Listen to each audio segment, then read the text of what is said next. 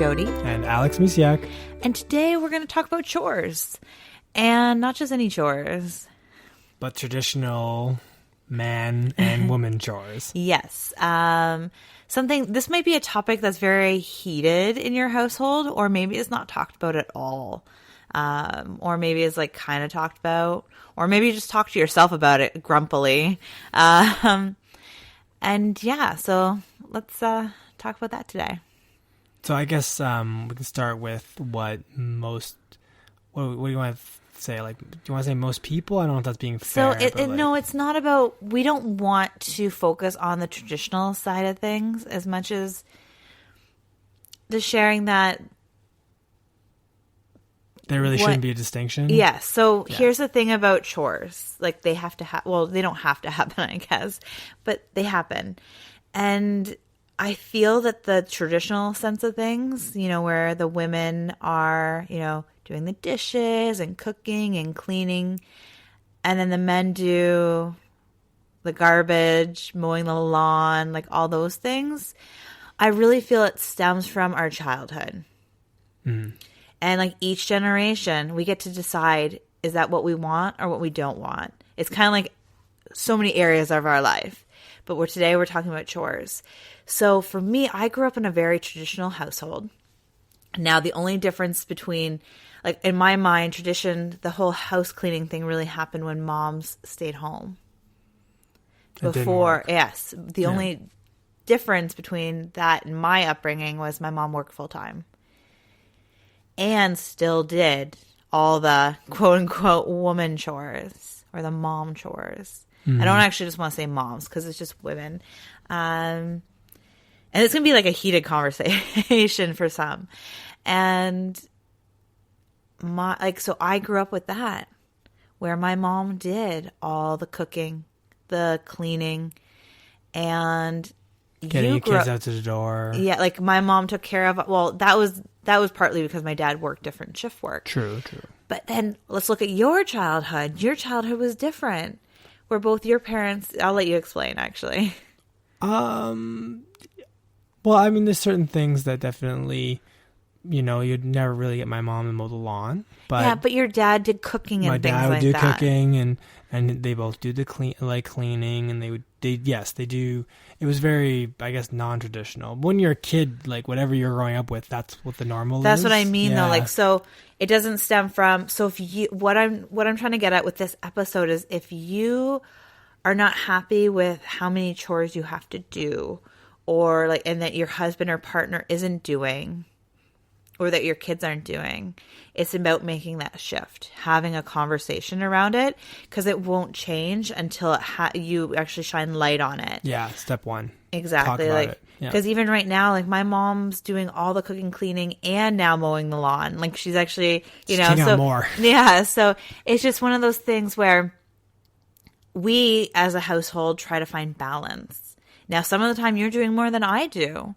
And you love cooking, so most of the time you do cooking. I do like cooking. Or we cook together. We used to cook together. I like that the most. But yes. Yeah.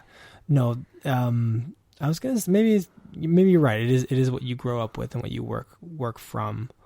I was an extremely lazy child, so I didn't really help with any of the chores at all. And then I went away to school, and I was on my own. And I will admit that the cleaning chore, like learning to clean things, came later. But definitely I had to do like the survival type stuff, like, cooking. That's a big one, right? Keeping myself fed. So, and that evolved from like microwavable dinners into like full-fledged cooking eventually over time, which is good because you don't want to live off of microwave dinners your entire life. So yeah, maybe it stems from, I was going to say, I think it's partly what we see on TV. And that kind of stuff, right? You see that traditional society definitely plays a big role in way we see things or think we should see things. It's like and it's nice. And that is just make believe. When you see it on TV, that's just make believe. So you have to be like, okay, well, but they're doing it. It's like they're not real. Like, no, because you never really see them eat. You never see them really shower much. Poop, go to the bathroom. Yeah. So You don't even see them work. Like, they all have awesome bodies. I love like the movies that you see on like the Women's Network and things where they're like awesome bodies, but you never see them work out. Like you don't show that. Eat. Yeah, exactly. Yeah. So that it's just entertainment. So so you can't take your life lessons and this is how life should be from TV. But I definitely could see where some people would get that idea, and probably I did at some point too. But I had the nice non-traditional. Both parents worked shift work. I did have a grandmother that helped a lot around the house as well. So for me, I guess the environment that I grew up in was everybody kind of pitches in to get the stuff done. Other than the kids, because somehow we got away with not doing anything. That's okay. We're okay now. My brother and I both grew up and moved out and had to take care of ourselves, and we learned. So I think because I do remember one of those things happening later after I'd moved out and then I came back and I started doing things, and my parents were like, "Why are you doing these things?" And I'm like, "Because it needs to get done." And like, "But you never did as a kid." And I'm like, well, I was a really lazy kid and you let me get away with it. So yes. Letting get away with is probably the wrong word. I would probably put up too much of a stink, and my parents just said, "Fine, I'll just do it myself." So I guess the takeaway from that is we're trying to include our kids in the chores even early. So if they show any interest in it at all, we're like, sure, yeah, come and do it. Kids always want to help out when they're really young. And if you don't kind of encourage it at that age, like I remember my mom asking me to help clean when I was like 13 or 14. I'm like, that ship has sailed a long time ago. Like I'm used to my freedom, and like, it's harder to get your kids to clean and do chores when they're older. So really encourage it when they're younger. And that's what we try to do. Like every time we bust out the vacuum cleaner and Jaden wants to use the vacuum cleaner, it's okay, here, you can just move it back and forth, do what you want to do kind of deal. That's fine. If Anastasia's like, I would like to make breakfast for Jaden, right? And it's peanut butter and jam. It's like, okay, honey. And you just, yes. Could I do it faster? Sure. But she's offering to do something and she's not going to learn how to do it. I mean, okay, I take that back because I did learn how to do it much later on in life. But why not just encourage it sooner? Exactly. So let's talk in a little bit about, say you are not happy with the balance of chores. Let's talk a little bit about that. Because it happens. And, it's about communication. So when you're not happy, if I'm not picking up enough slack, you tell me. And it's not waiting until you're about to blow up and explode at somebody, because no one wants to help somebody when when you just like yelled at them for not doing it. Like I see it all the time in families, even my own, growing up, where, you get the one side gets sick of the other person not doing enough, and then you just blow up at them. Mm-hmm. It's about, these feelings are going inside, so don't push them in. It's having a conversation with each other and sitting down and be like, look, I feel like I'm doing too much, or let's move it around, or whatever. It's having that conversation. Yeah, absolutely. And you have this. So I guess after you have that conversation, it's hopefully everyone's in a mature enough and mature enough relationships where they go, yes, of course, let's figure out how to make this work, and you're not dealing with someone who's like, no, I'm not gonna do this. Why should I do this? Was I listening to something or watching something or whatever, or probably reading something? It was I think it was a guy talking about, like, he was hanging out with his friends or whatever, and he was doing stuff like traditional woman chores like that, and he's like, his friend was like, you're so lucky that your wife is so lucky that she has somebody like you doing it. And I'm like, and this guy turned around and said, like, look, I gotta eat, and these are my kids too, and this is my house as well, right? So we're all part of a family, and we should all be pitching in and helping. It's like, it's not, I'm not a guest. I'm an active member of my family. So that was a really, I'm probably paraphrasing it badly, but that was in essence what he was getting at. I love that. That actually reminds me of when Anastasia was a baby and we took her to church and you left to change her diaper or something. And like all the women were like, oh my goodness, you have such an amazing husband. And you're so lucky. He does, change his diapers. He holds the baby and like all these things. It's like, he's the dad. Like, but what I'm trying my daughter too. Yeah. What I'm trying to get at is each generation has a different perspective. And what can happen is if that perspective doesn't change through generation and generation is that you still have that old perspective. And if you're happy with that, by all means, like that's cool. But if you're not satisfied with it, because I've seen so many people unhappy with, I see it all the time on Facebook where it's like, my husband doesn't do this. They're complaining nonstop about, I saw one where, one's like, you were out of milk. You could have got it when you were in the store an hour ago.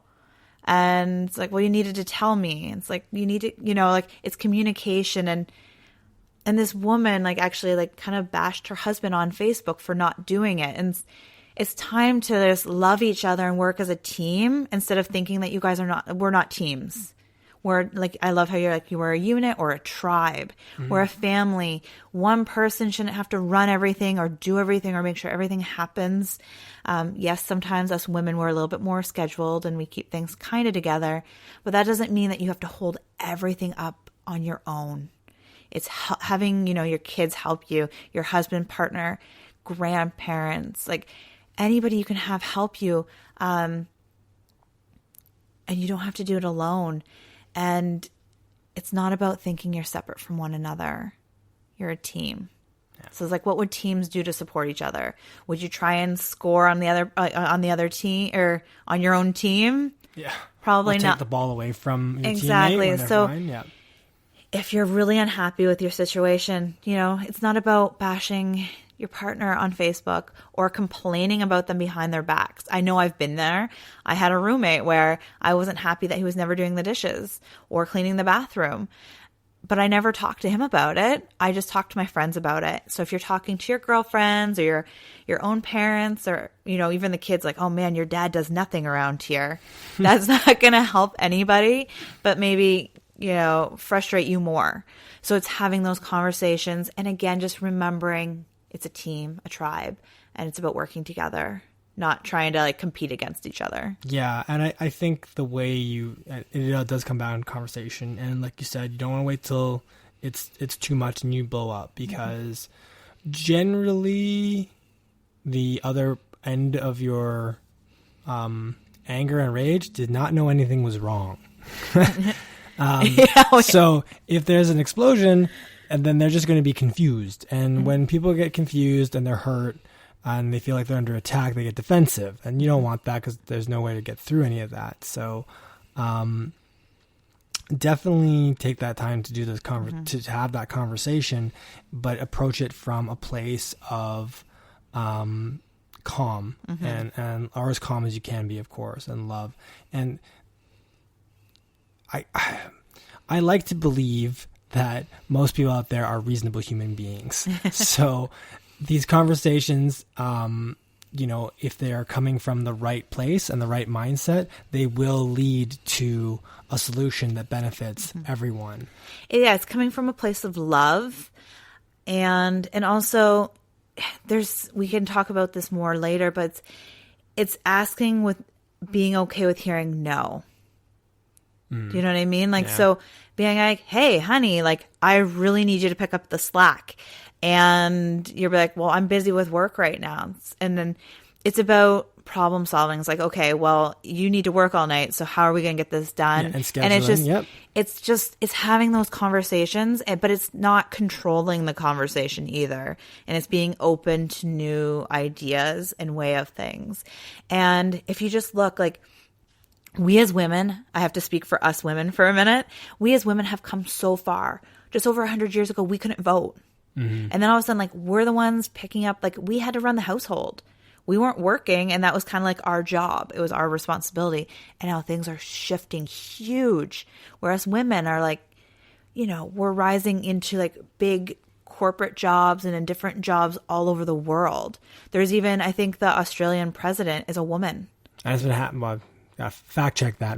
I'm almost certain, but don't hold me towards my word. But I'm almost certain because I'm like, oh my goodness, I want to live there. Well, there's many reasons I want to live there, but that made me love Australia even more. Yeah.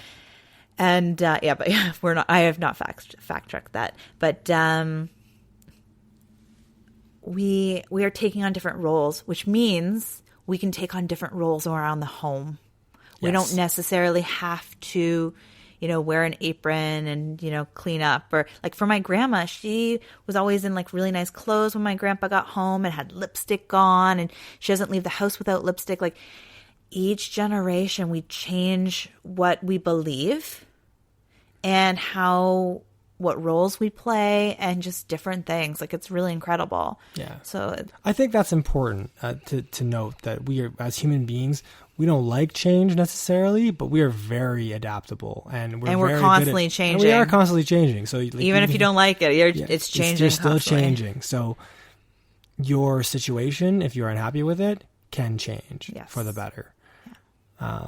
So I think but it all comes back down to like conversation. And then once you've moved past that and you have a plan, then you can make a plan. Be okay, well, we're going to do it like this.